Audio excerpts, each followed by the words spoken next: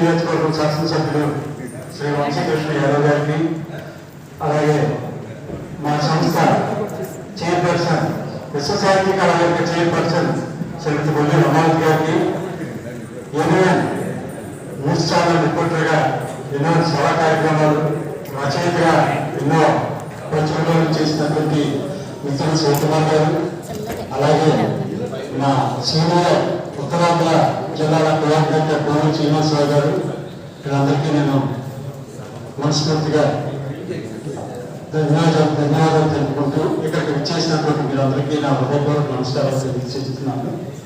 అసలు విశ్వసాహిత్య వేదిక అనేది పౌరులు ప్రోత్సహించే ఉద్దేశంలో భాగంగా దేశవ్యాప్తంగా కార్యక్రమాలు చేయడానికి, అందులో భాగంగా రాష్ట్రం నుంచి మొదలుపెట్టి గతంలో శ్రీకాకుళం, విజయనగరం, తాడేపల్లిగూడెం, విజయవాడ ఇవన్నీ చేసుకొని వచ్చాము.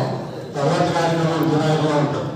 ఇక్కడ మహాకవి శ్రీశ్రీ సందర్భంగా ఆయన జయంతి సాధారణంగా 30వ తారీఖు కాబట్టి, అది వర్కింగ్ డే కాబట్టి ఆ రోజు ఎవరు అందుబాటులో ఉండరు.